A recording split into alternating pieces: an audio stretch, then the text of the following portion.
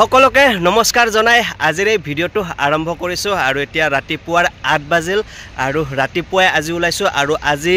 দিনটোৰ বহু কাৰ্যসূচী আছে আৰু সেই কাৰ্যসূচীসমূহ ৰূপায়ণ কৰিবলৈ আজি গৈ আছো।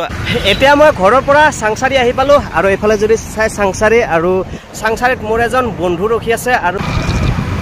এতিয়া হিমান্ত আৰু মই একেলগে গৈ আছো।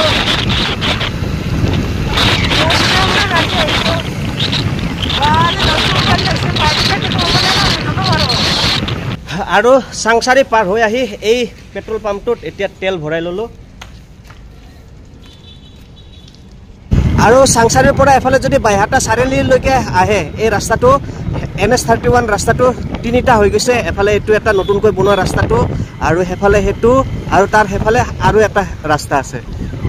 আৰু আজি প্ৰথম নতুন মোবাইলটোৰে এনেকুৱাৰে ব্লগিং কৰি আছো আৰু কেনেকুৱা লাগে আপোনালোকে নিশ্চয় জনাব। আজি এইফালে বহু দিনৰ পিছত আহিছো। ৰঙিয়াত যেতিয়া শ্ৰীমন্ত শংকৰদেৱ সংঘৰ অধিৱেশন হৈছিল তেতিয়াই আহিছিলো এইফালে আৰু তেতিয়াৰ পৰা এইফালে অহাই হোৱা নাছিল। এতিয়া মদনপুৰত টোল গেট পালো আৰু বহু দিনৰ পিছত এইখিনি ঠাই দেখিবলৈ পালো আৰু এইফালে যদি চাই আৰু এইফালে চাওক নতুনকৈ চলা ইলেক্ট্ৰিক বাছখন আৰু এনেকৈ বাইহাটা চাৰিআলিৰ পৰা গুৱাহাটীৰ বা ক'ৰ পৰা চলে কিন্তু এই লাইনটোত ভালেকেইখন বাছ চলি থকা দেখিবলৈ পাই থাকো। আৰু এতিয়া এইখিনি ঠাইত আহি সেইদিনাৰ সেই শিহৰণকাৰী ঘটনাটোৰ কথা মনত পৰি গ'ল আৰু মানে এতিয়া আমি বাইহাটা চাৰিআলি পালো আৰু বাইহাটা চাৰিআলিৰ এইটো নিৰ্মীয়মান নতুন ফ্লাই অভাৰটো আৰু নতুন ফ্লাই অভাৰটোৰ তলেৰে এনেকৈ এটা সৰু ৰাস্তা আছে। ডাঙৰ গাড়ী যাব নোৱাৰে কিন্তু বাইক চাইক আৰামত যাব পাৰে আৰু এনেকৈ ইউটাৰ্ণ লৈ ললো আমি আৰু ইউটাৰ্ণ লৈ এতিয়া গৈ আছো অন্য দিশলৈ। বাইহাটা চাৰিআলিৰ ভিতৰলৈ সোমাই যোৱা এই ৰাস্তাটো কিন্তু আজিলৈকে এনেকৈয়ে থাকিল আৰু এদিন প্ৰতিবাদ কৰা দেখিবলৈ পাইছিলো এই ৰাস্তাটোক লৈ। এতিয়া বাইহাটা চাৰিআলি পাই গলো আৰু এইটো হ'ল বাইহাটা চাৰিআলি আৰু বাইহাটা চাৰিআলিৰ পৰা এতিয়া গৈ আছো আমি চিধাই উত্তৰৰে আৰু ইয়াতে যদি চাই ইয়াতো এখন ফ্লাই অভাৰৰ যথেষ্ট প্ৰয়োজন বুলি মই অনুভৱ কৰোঁ আৰু আপোনালোকে বা কি কয়। আৰু এতিয়া এনেকৈ গৈ আছো গড়েশ্বৰ যোৱা লাইনটোৰে। এতিয়া আমি বাইহাটা চাৰিআলিৰ পৰা চিধা এনেকৈ গড়েশ্বৰ যোৱা পথটোৰে গৈ আছো আৰু চাওক ইমান ধুনীয়া ৰাস্তা আৰু এনেকুৱা ৰাস্তাৰে আজি গৈ আছো প্ৰথমবাৰ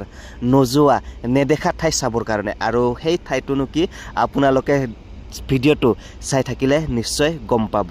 এতিয়া আমি গড়েশ্বৰ নাপাওঁতে মুক্তাপুৰ নে কি কয় সেইখিনি মান ঠাইৰ পৰা এতিয়া আমি এনেকৈ গাঁৱলীয়া পথ এটাৰে সোমাই গৈ আছো আৰু এনেকুৱা পথেৰে গৈ কিন্তু খুবেই ভাল লাগে আৰু ৰাস্তাবোৰ খুবেই লিংলিঙীয়া নিৰ্জনতা আৰু এতিয়া আমি এই গাঁৱলীয়া ৰাস্তাটোৰে সোমাই গৈ আছো আৰু অহাৰ মেইন কাৰণটো হ'ল গাড়ী মটৰ ইমান নাই। ট্ৰেইনটো চাওক এইফালে যি ৰাস্তা মানে ওৱাল লেন এইফালে ট্ৰাক আহে গাড়ী আহে এইফালে দিগদাৰ। এইফালে মাজে মাজে বেটাৰী ৰিক্সা আহি আছে আৰু মাজে মাজে ছোৱালী চাই যাই আছে এইফালেতো ফ্ৰী আৰু ফ্ৰী আছে ভাই। আৰু এইফালে চাওক বাইকত বেপাৰ বাণিজ্য মুঠতে মানুহৰ মনটোৱে চন মানুহ মানে এনেকৈ বাইকত বেপাৰ বাণিজ্য কৰিলে চাইকেলৰ তুলনাত বহু ঠাই ঘূৰি বেপাৰ কৰিব পাৰি। আৰু এইখিনি ঠাইত আহি অলপ সময় ৰখিছো আৰু জিৰাইছো আৰু ঠাইখিনি খুবেই ভাল লাগিছে আৰু ৰাস্তাটো খুবেই লিংলিঙীয়া ৰাস্তা। গাড়ী মটৰ সিমান অহা যোৱা নহয়, মাজে মাজে দুই এটা আহি থাকে আৰু এফালে যদি চাই গছজোপাত চৰায়ে চাওক আৰু কেতিয়াবা এনেকৈ কেঁচা ৰাস্তা পাওঁ আৰু কেতিয়াবা এনেকৈ আকৌ পকা ৰাস্তা পাওঁ আৰু মুঠতে এনেকৈ আজি গৈ আছো নতুন নেদেখা ঠাই আমাৰ কাৰণে চাবলৈ আৰু এনেকৈ আহি ভালো লাগে দিয়কচোন নতুন নতুন ঠাইবিলাক এনেকৈ ভ্ৰমণ কৰি আৰু এই ঠাইটো কিন্তু খুবেই ভাল লাগিছে আৰু এই ঠাইটোৰ নাজাৰা চাওক ইমান ধুনীয়া লাগিছে যেনেকুৱা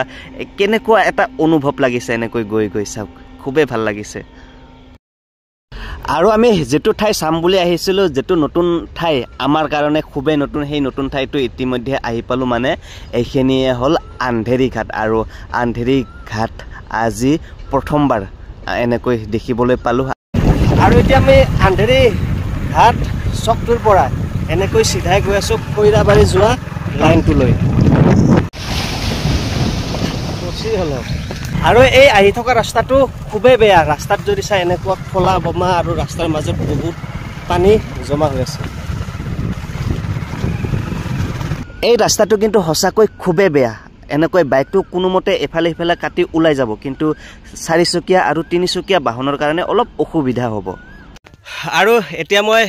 উদালগুৰি জিলাৰ আন্ধেৰী ঘাটত আছোঁ আৰু আন্ধেৰী ঘাটত অহাৰ মেইন উদ্দেশ্যটো হ'ল যে এগৰাকী নাগাৰা নামৰ মহিলা পাঠকৰ সাক্ষাৎকাৰ ল'ব আহিছিলোঁ মই ইতিমধ্যে সাক্ষাৎকাৰ ল'লোঁ আৰু এফালে সীমান্ত সাক্ষাৎকাৰ লৈ আছিল আৰু ভিডিঅ' কিছুমান চেক কৰি আছে আৰু এইখিনি ঠাইত আহি খুবেই ভাল লাগিল আৰু এফালে চাওক গছৰ যি বাৰী আছে বাৰী মানে গছবিলাকৰ সকলোবিলাক ডিজাইন খুবেই ধুনীয়া লাগিছে গছৰ পাত ডালবোৰত পাত নাই এতিয়া বহাগ মাহ আহিছে নকুহিপাত মিলিছে ইতিমধ্যে সাক্ষাৎকাৰ লোৱা হৈ গ'ল আৰু বাইদেউ আজি কেনেকুৱা লাগিল সাক্ষাৎকাৰ দি ভালে লাগিল দিয়া তোমালোককো লগ পালো ইমান দূৰৰ পৰা আহিছা আৰু সাক্ষাৎকাৰ বিলাক আহি আছে মোৰো আহি আছে এফালে সীমান্ত আছে সীমান্তৰো আহি আছে আৰু